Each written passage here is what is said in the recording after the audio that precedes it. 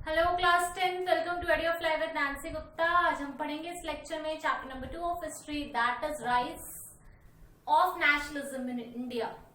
That is nationalism in India.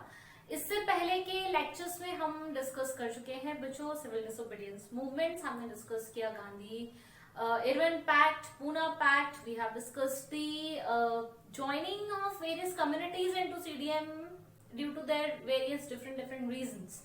यानी कि और सही शब्दों में कहूं तो स्वराज किसके लिए क्या मतलब था। स्वराज का एक मतलब नहीं था सबके लिए अलग अलग मतलब था। वो क्या था ये सब हम पढ़ चुके हैं। जिसने अभी तक ये वीडियोस जाके अभी तक नहीं कैचअप करी हैं, please go and find out the details in the videos. Playlist में जाएंगे आप क्लास 10th हिस्ट्री का, तो आपको सारा वीडियोस वहां मिल जाएगा। ठीक है, आज हम डिस्कस करेंगे एक नया लास्ट टॉपिक ऑफ हमारे चैप्टर का, and that is the sense of collective belonging. बच्चों, कलेक्टिव बिलोंगिंग वाला ये जो फंडामेंटल है ये हम फर्स्ट चैप्टर में भी पढ़ चुके हैं हिस्ट्री के, where rise of nationalism in Europe पढ़ रहे थे हम, जहां पे हमने देखा था किस तरीके से रोमांटिसिज्म और इमेजिनेशन की फीलिंग से लोगों के अंदर नेशनल सेंटिमेंट्स ग्रो कर रहे थे। याद है आप लोगों को? अब ऐसा ही कुछ हम इंडिया में भी करने वाले हैं। इंडिया में कैसे करेंगे भाई? ये मेरा देश है, ये मेरा भारत है। अगर मैं बहुत ज्यादा पढ़ी लिखी नहीं हूं, मान लीजिए आज के डेट में तो बहुत ज्यादा तो छोड़ दीजिए, उस समय तो लोग पढ़ना भी नहीं जानते थे। ठीक है, तो उस समय अगर आप आंदोलन पे बैठे हुए हैं, रिवोल्ट कर रहे हैं, फिर उधर से ब्रिटिश राज सप्रेस कर रहे हैं, इधर से कुछ लोग जेल जा रहे हैं, ये सारी चीजें देखकर ना लोग कहीं ना कहीं डिमोटिवेट हो जाते थे। जैसे आपने देखा कि भाई जो कम्युनिटीज थी जो सीडीएम में पार्टिसिपेट की, उन्होंने एक हद तक पार्टिसिपेशन किया और फिर उसके बाद अपना पार्टिसिपेशन स्लो कर दिया। तो क्यों कर दिया? क्योंकि उन्होंने देखा कि हमारा फायदा तो हो नहीं रहा इसमें, साथ ही साथ जेल भी हो रही है, लाठीचार्ज भी हो रही है और बाकी प्रताड़नाएं सहनी पड़ रही है, तो और दुर्गति ही हो रही है, हम लोगों को सक्सेस नहीं मिल रही। उसके बाद ये रिवोल्ट, संघर्ष, हर कोई इसमें पार्टिसिपेट नहीं कर रहा था। जैसे अगर आप मुस्लिम कम्युनिटी और दलित्स को देखें तो वो ल्यूकवार्म थे। तो लोग सोच रहे थे कोई नया तरीका जो सबके दिल तक पहुंचता हो, जिसका रास्ता सबके दिल तक हो, और ऐसी चीजें हमारी लोक संस्कृति में है, हमारे संगीत में है, हमारे नृत्य में है, हमारे नाटकाओं में है, नुक्कड़ नाटक में है, रामलीलाओं में है, ठीक है, लोक संगीतों में है। इन चीजों में एक ऐसे इमोशंस छुपे होते हैं बच्चों जो हर किसी को कनेक्ट कर देते हैं। अब आप सोचोगे मैम क्या कह रही है, तो मैम ये कह रही है कि अगर एक बात है जो आपसे रोज कही जाए, सिर्फ कही जाए, तब आप ज्यादा उसको अच्छे से याद कर पाएंगे। या मैं आपको उसी बात पर एक मूवी दिखा दूं जिसमें इमोशंस हो, एक ड्रामा दिखा दूं जिसमें हंसना हो, रोना हो, आप देख पाए, सुन पाए, तो आपको कौन सी चीज ज्यादा बेहतरीन लगेगी? डेफिनेटली वो मूवी आपको टच कर जाएगी। अगर वो मूवी आपको टच कर गई तो वो बात आप कभी नहीं भूलोगे और एक अंदर से आपकी स्पिरिट जाग उठेगी। ऐसा ही यही काम करना था हमें सेंस ऑफ कलेक्टिव बिलोंगिंग बनाने के लिए। अब जरूरत है कि पूरे देश को एकजुट होना है, अपने आप को भारतीय देखना है, और भारतीय देखने के साथ साथ लड़ना है। तो भारतीय कैसे देखेंगे? भारतीय हमने कई तरीकों से देखा। अब आज देखेंगे कि वो कौन कौन से तरीके थे जिससे हमने सेंस ऑफ कलेक्टिव बिलोंगिंग लोगों में जगाया। बच्चों, सबसे पहला तरीका था हिस्ट्री। हिस्ट्री क्या करती है? हिस्ट्री हमें और उस जमाने में लोगों को गर्व करने पे महसूस कर रही थी कि वो भारतीय हैं।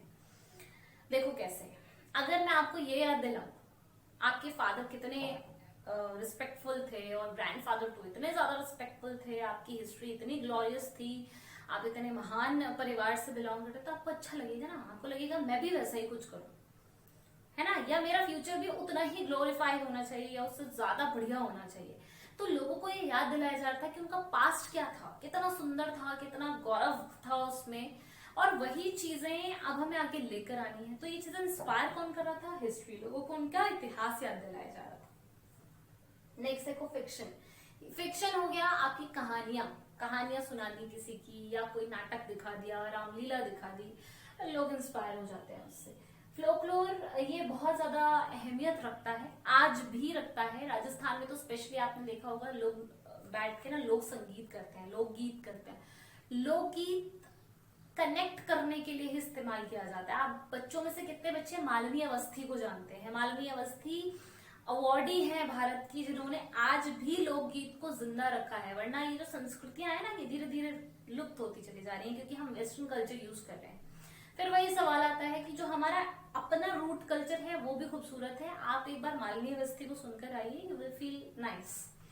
ठीक है, तो लोक फ्लोक्लोर से, गानों से, ठीक है, पेट्रियाटिक गाने हो सकते हैं, भक्ति के गाने हो सकते हैं, गा गा के लोगों को अंदर से झंझोड़ा जा रहा है। ठीक है, प्रिंट्स में बच्चों एक डिसएडवांटेज था। प्रिंट का मतलब है किताबें, मैगजीन्स, बुक्स अच्छी बस, लेकिन इसमें यही डिसएडवांटेज था कि किताबें वही लोग पढ़ सकते थे जो एजुकेटेड थे। जो अनएजुकेटेड थे वो बेचारे प्रिंट कल्चर को इस्तेमाल नहीं कर पा रहे थे। फिर आ जाइए सिंबल्स में अगर हम बात करें तो फ्लैग आ गया हमारा, एलोगोरी आ गई हमारी, और भी नेशनल एंथम आ गया, एम्बलम आ गया, बर्ड आ गया, एनिमल आ गया नेशनल। ठीक है, अब आप पूछेंगे कि भाई एलोगोरी क्या है। जो बच्चे पहली बार आज मेरा लेक्चर देख रहे हैं उनको समझ में नहीं आएगा, पर जो सारे लेक्चर्स जो है फॉलो कर रहे थे उनको पता ही है।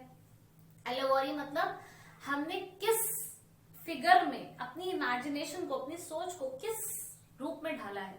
तो भारत में हमारी एलोगोरी है भारत माता। ठीक है, ये तो आप सब जानते हैं। तो हमने भारत माता बनाई, फिर झंडे का निर्माण भी हमने शुरू किया। अब वो कैसे किया ये आज ही मैं आपसे बात करेंगे, पर नेक्स्ट स्लाइड में करेंगे। ठीक है, तो भाई फ्लैग जो था वो बना। लेजेंड्स तो आप जानते ही हैं। फिर बार्ड्स टेल्स, कथाएं, पुरानी कहानियां, किसी की वीर की कहानियां। लेजेंड्स में मान लीजिए लाला लाजपत राय हो गए, भगत सिंह हो गए जो शहीद हो गए। तो इस तरीके से लोगों को मोटिवेट किया जा रहा था, उनके दिल का कनेक्शन जोड़ा जा रहा था उनसे, कि वो अपने आप को एक आइडेंटिटी एज अ इंडियन देखना शुरू करें, और एक ही उनका मोटिव हो, और वो इंडिपेंडेंस यानी कि स्वराज। अब छोटी छोटी चीजें देखते हैं, जैसे कि ये 1 मार्क क्वेश्चन में आता है सारा बच्चों। इसमें से 5 मार्क क्वेश्चन में बहुत रेयर है, लेकिन एक क्वेश्चन है 5 क्लास में भी। इमेज ऑफ भारत माता बच्चों सबसे पहले बनाई थी बंकिम चंद्र चट्टोपाध्याय जी ने, जिनकी सक्सेसफुल नहीं हुई थी। इसको लेटर ऑन रिवाइव किया गया अबिंदनाथ टैगोर जी से, और वही भारत माता की इमेज हम यूज करते हैं जो अबिंदनाथ टैगोर ने हमें बना कर दी है। पर इन्होंने ये बात भारत माता की इमेज को बनाते वक्त ध्यान में रखा था कि इमेज कैसी होनी चाहिए। तो इमेज ऐसी होनी चाहिए जो काम हो, शांति की मूर्त हो, कंपोज्ड हो, डिवाइन हो, महान हो, स्पिरिचुअल हो। समझ में आया है? भगवान का स्वरूप दिखता हो उसमें। तो इस तरीके से इन्होंने सोच के भारत माता को बनाया।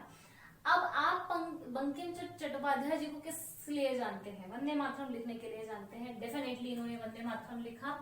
साथ ही में 1 मार्क क्वेश्चन है, ये 1 मार्क क्वेश्चन है, लिख लो यहीं पे। आनंद मत इन्होंने लिखी है, ये किताब है, 1 मार्क क्वेश्चन है। ये सब आप जहाँ पे ये लिखते हैं बच्चों, वहां पे ये नोट डाउन करते रहा करो। ठीक है, और दिस इज ऑल्सो, सब इसमें मैं आज 1 मार्क क्वेश्चन कवर कर रही हूँ। सब ट्रिकी क्वेश्चन है ये, जो हम ध्यान नहीं देते पर आ जाते हैं एग्जाम। अब रविन्द्रनाथ टैगोर जी को अगर देखेंगे तो उस समय नेशनलिज्म की भावना लोगों में जगाने के लिए रविन्द्रनाथ जी बैलेट्स तैयार कर रहे थे, राइम्स लिख रहे थे, पोएम्स लिख रहे थे, मिथ्स लिख रहे थे। ठीक है, नतीसा शास्त्री का बहुत बढ़िया काम रहा। इन्होंने 4 वॉल्यूम में तमिल की फ्लॉक टेल्स यानी कि लोक कथाएं लिखी, कहानियां लिखी, फ्लोक्लोर ऑफ सदर्न इंडिया। ठीक, साउथ में इनका नाम था नतीसा शास्त्री जी का, और इन्होंने लिखने का काम किया 4 वॉल्यूम टेल्स का। अगेन ये 1 मार्क क्वेश्चन है कि इन्होंने क्या लिखा है। इन्होंने तमिल फ्लोक्लोर्स लिखे हैं जो कि 4 वॉल्यूम्स में लिखे गए थे। ठीक है, अब हम देखेंगे, ये सब 1 मार्क क्वेश्चन है, इसको बस 1 मार्क की तरह से आपने ध्यान में रखना है, नाम किसने क्या किया। अब हम ये देखेंगे बच्चों फ्लैग कैसे हमारा डिजाइन हुआ, किसने डिजाइन किया। ठीक है, और फ्लैग के पीछे भी कई कहानियां नहीं है, झंडा एक बार में तो आया नहीं है। मैं कोशिश करूंगी कि आपको जो है बेहतरीन तरीके से समझा पाऊँ कि हमारे झंडे बनने के पीछे क्या मिस्ट्री रही है, कि कैसे हमारा जो हमारा आज फ्लैग हम इस्तेमाल करते हैं वो कितने संघर्ष के बाद बना है। ठीक है, स्वदेशी मूवमेंट बच्चों, जब स्वदेशी मूवमेंट बंगाल में चल रहा था तब एक ट्राई कलर फ्लैग डिजाइन किया था, यानी कि 3 रंग का एक झंडा बनाया गया, जिसके कलर्स कौन से थे बच्चों? R for red, G for green and Y for yellow. मैंने शॉर्ट में लिखा है। ठीक है, आई होप आप समझ जाएंगे, इतने बड़े तो आप हैं। This is red, this is green and yellow. Okay, ये आप खुद समझ लीजिएगा।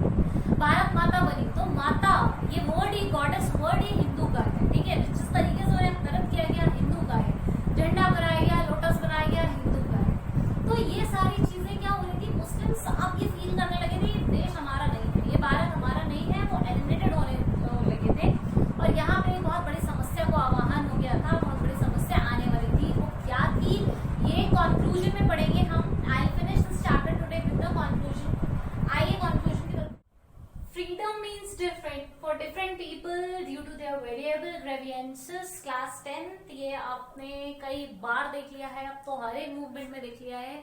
हर आदमी का दुख अलग था भारत में, और उसके लिए फ्रीडम का फिर अलग ही मतलब था। मैं जिस दुख से जूझ रही हूँ, अगर मुझे उस दुख से आजादी मिल जाए तो मेरे लिए वही फ्रीडम है। जैसे कि प्लांटेशन वर्कर के लिए अपना फ्रीडम था, ट्रेड कम्युनिटी के लिए अलग अपना फ्रीडम था, वुमेन्स का फ्रीडम अपना अलग था। तो सबकी अपनी अपनी परिभाषाएं थी, सब अपने अपने स्वराज के लिए लड़ रहे थे। प्रॉब्लम ये थी कि जब कांग्रेस सबको एकजुट करने की कोशिश करता था कि देखो अपने अपने स्वार्थ से ऊपर स्वराज है, उसके लिए लड़ो, तो वहां प्रॉब्लम ये आ जाती थी कि हमेशा कोई ना कोई ग्रुप को ऐसा लगता था कि हमें अनदेखा कर दिया जा रहा है, हमें छोड़ा जा रहा है, हमारी मांगे पूरी नहीं हो रही, और वो अपने आप को उस पर्टिकुलर स्ट्रगल से दूर कर लेता था, जिसकी वजह से हम हमारे जो एस्पेक्ट्स थे, हमारे जो स्ट्रगल्स थे, उसमें कहीं ना कहीं हर बार पीछे रहते चले गए।